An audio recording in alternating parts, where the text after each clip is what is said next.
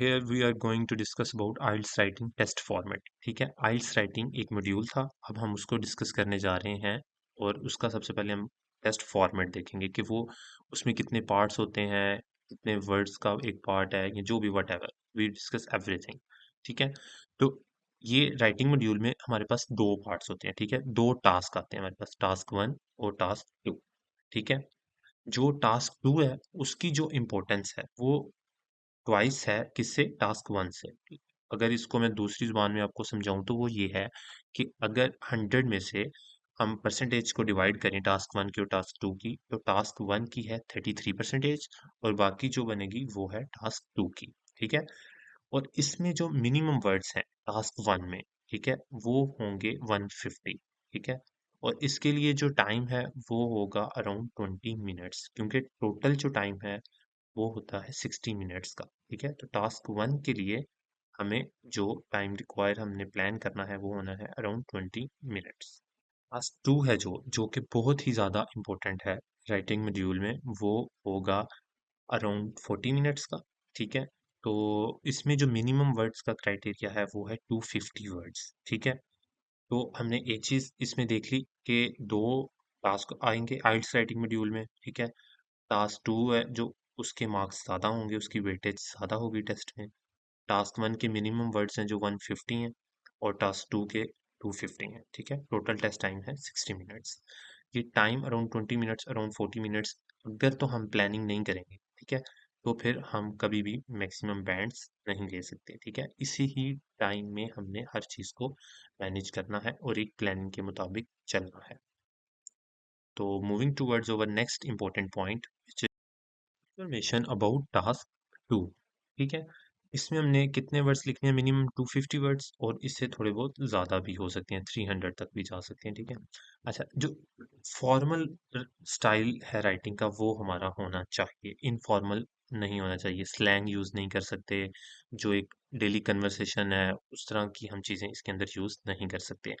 हमने 40 मिनट्स में ऐसे को, जो टास्क 2 है इसको प्लान भी करना है, राइट भी करना है और चेक भी करना है। ठीक है, इसको आप इस तरह डिवाइड कर सकते हैं कि 5 मिनट्स तक आप ऐसे को, इसका जो टास्क 2 है इसको प्लान करें। ठीक है, फिर आप थोड़ा टाइम रखें 37 मिनट्स तक, 35 मिनट्स तक उसको लिखना है, कंप्लीट करना है, और लास्ट वाले 5 मिनट्स में इसको चेक करना है। इस तरह टाइम क्यों डिवाइड करना है, क्योंकि जब आप प्लान कर लेते हैं ना, तो then you have clarity that what you are going to write. ठीक है, कैसे कैसे आपने लिखना है, क्या क्या लिखना है, आपको क्लैरिटी आ जाती है, फिर टाइम नहीं लगता। ठीक है, और जो टास्क 2 है, ठीक है, इसके ज़्यादा मार्क्स हैं जैसे कि मैंने आपको बताया टास्क 1 से। और अगर if time is a problem, complete task 2 first. मैं भी आपको यही रिकमेंड करूंगा कि टास्क 2 को पहले कंप्लीट करें, क्योंकि इसका बहुत ही ज़्यादा वेटेज होता है। इसमें जो मार्किंग क्राइटेरिया होता है वो 4 हैं, जो बेसिक्स हैं, जो इम्पोर्टेंट हैं। वो है पहला टास्क रिस्पॉन्स। ठीक है, कि answer the question fully and clearly. अगर तो आपने अगर तो आपने जो उन्होंने क्वेश्चन पूछा था उसका आंसर प्रॉपर और एक क्लियरली दे दिया है, तो आपके 25% जो मार्क्स हैं वो सिक्योर हो चुके हैं। और कोहेरेंस और एंड कोहेजन होनी चाहिए। ठीक है, एक अलाइनमेंट होनी चाहिए, organise ideas into clear paragraphs के एक सीक्वेंस में बात हो। ये नहीं कि अगर पहले दूसरे पैराग्राफ में अगर कोई आपने बात शुरू की है, तो उसके बाद आपने एंड पे जाके दूसरे पैराग्राफ की कोई नई बात शुरू कर दी है। नहीं, एक पैराग्राफ में एक ही आइडिया को डिस्कस करें और उसको कंप्लीट करें, फिर थर्ड पैराग्राफ में इसको हम आगे भी डिटेल में डिस्कस करते हैं। लेक्सिकल रिसोर्स कहते हैं use suitable vocabulary accurately, grammar range and accuracy, use correct and varied sentence forms. Each criterion carries 25% of the marks. ठीक है, तो ये हमने एक इसको याद रखना है। इसकी जो टाइप्स हैं आइल्स में टास्क 2 की, वो 5 हैं। ठीक है, 5 किस्म के क्वेश्चन आ सकते हैं। आप ओपिनियन एसेज होते हैं, एग्री और डिसएग्री, डिस्कशन एसेज हैं, और problem essays, advantages and disadvantages, double question essays. ठीक है, तो हम इसको भी डिटेल में डिस्कस करेंगे हर क्वेश्चन को, ताकि हमारी जो कंफ्यूजन है, जो प्रॉब्लम्स हैं, वो सारी क्लियर हो जाए।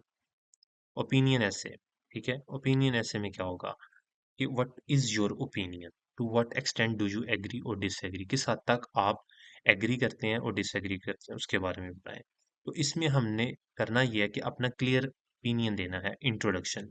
ठीक है, हमने 250 वर्ड्स मिनिमम लिखनी है, तो हम इसको एक फॉर्मेट में, एक स्ट्रक्चर में डिवाइड करेंगे। ठीक है, पहले इंट्रोडक्शन होगा, फिर हम 2 बॉडी पैराग्राफ्स लिखेंगे और फिर लास्ट में कंक्लूजन लिखेंगे। ओके, सो डिस्कशन ऐसे में क्या होगा, discuss both views and give your own opinion, कि हमने दोनों जो व्यूज उन्होंने दिए होंगे उनको भी डिस्कस करना है और अपना ओपिनियन भी देना है। ठीक है, प्रॉब्लम एसेस में जो एक इंस्ट्रक्शंस होती हैं वो हैं, what problems does this cause, what solutions can be suggested, why is this happening, what measures can be taken. तो इसमें जो सिंपल स्ट्रक्चर है वो होगा body paragraph 1 and 2, explain the main problem और cause, give practical solutions to measures और measures, और advantages and disadvantages वाला ऐसे होगा कि एडवांटेज क्या है, डिसएडवांटेज क्या है, डिस्क्राइब करें, और बेनिफिट्स बताएं कि जो बेनिफिट्स हैं वो ज़्यादा हो सकते हैं डिसएडवांटेजेस से या नहीं। और इसमें हमने करना ये है, present both positive and negative sides, और फॉर आउटवी क्वेश्चन से विच साइड इज स्ट्रोंगर, हमने अपना ओपिनियन देना है कि एडवांटेजेस ज़्यादा हैं इस चीज़ के या डिसएडवांटेजेस ज़्यादा हैं। Use balance language, clear examples, के दोनों व्यूज़ को हमने एक बैलेंस लेके चलना है, बैलेंस करके। इसके बारे में अभी मैं आपको ज़्यादा डिटेल इसलिए नहीं बता रहा हूँ, एक ओवरव्यू बस दे रहा हूँ ताकि आगे हम इसको वन बाय वन डिस्कस कर लें। डबल क्वेश्चन ऐसे भी इस तरह ही है, तो question gives you 2 separate questions to answer. तो इसमें स्ट्रक्चर जो होगा वो body paragraph 1, body paragraph 2, answer the first question, answer the second question, make sure both answers are clear and complete. How to structure your essay, ये अब सबसे important चीज आ गई है। जो हमारा ऐसे का स्ट्रक्चर होगा ना, ठीक है, टास्क 2 के लिए, वो हमने इसको लेके चलना है, introduction, body paragraph 1, body paragraph 2 और कंक्लूजन। क्या, इंट्रोडक्शन में हमने क्या करना है, paraphrase the question and state your opinion if needed. ठीक है, कि जो क्वेश्चन दिया होगा उसको ही हमने पैराफ्रेज कर देना है और अपनी राय उसमें देनी है। ठीक है, जहां जरूरत हो। फिर बॉडी पैराग्राफ 1 में क्या होगा, मेन आइडिया डिस्कस करना है, एक्सप्लेनेशन देनी है उसके बारे में और एक रेलिवेंट एग्जांपल देनी है। ओके, फिर बॉडी पैराग्राफ 2 में भी मेन आइडिया, एक्सप्लेनेशन उसकी और एक रेलिवेंट एग्जांपल। ठीक है, हम मतलब कोट तो नहीं करेंगे किसी को, लेकिन किसी का रेफरेंस दे के हम बात कर सकते हैं कि जैसे WHO की रिपोर्ट ने ये बताया, और फलां न्यूज़पेपर में मैंने ये पढ़ा, रीसेंट रिसर्च, इस तरह की भी कोई हम बात कर सकते हैं। कंक्लूजन में हम ये कहेंगे टू कंक्लूड दैट, जो ऊपर हमने मेन आइडियाज डिस्कस करेंगे उसको इधर कंक्लूड कर देंगे, और जो अपना ओपिनियन हमने दिया होगा हम उसको क्लियरली दोबारा इधर बताएंगे कि हम इस आइडिया के साथ हैं, या मैं इस चीज़ के साथ एग्री करता हूँ, या मैं इस चीज़ के साथ डिसएग्री करता हूँ, जो भी वट एवर, हम उसको यहाँ पे क्लियरली एक्सप्लेन करेंगे। जो हमने लिखना है इंट्रोडक्शन, उसके बारे में जो स्ट्रेटजी है, जो फार्मूला है, वो ये है कि हम क्वेश्चन को पैराफ्रेज करेंगे अपने अल्फाज में। ठीक है, और उसके बारे में हम अपनी ओपिनियन भी देंगे, और जो अब हमने अब नीचे 2 मेन आइडियाज डिस्कस करने होते हैं ना पैराग्राफ 1 और 2 में, उनको भी हम इधर डिस्कस कर सकते हैं। अगर हम एक एग्जांपल के तौर पे इसको समझें, तो वो ये है कि some young people are living the countryside to live in cities and towns, living only old people, is this positive और नेगेटिव? ठीक है, more young people are moving from rural areas to cities, living many villages with mostly elderly residents. I believe, ये अब हम opinion अपना देने लगे हैं क्वेश्चन को पैराफ्रेज करने के बाद। I believe this is a negative development because it weakens the rural workforce and reduces demand for local services।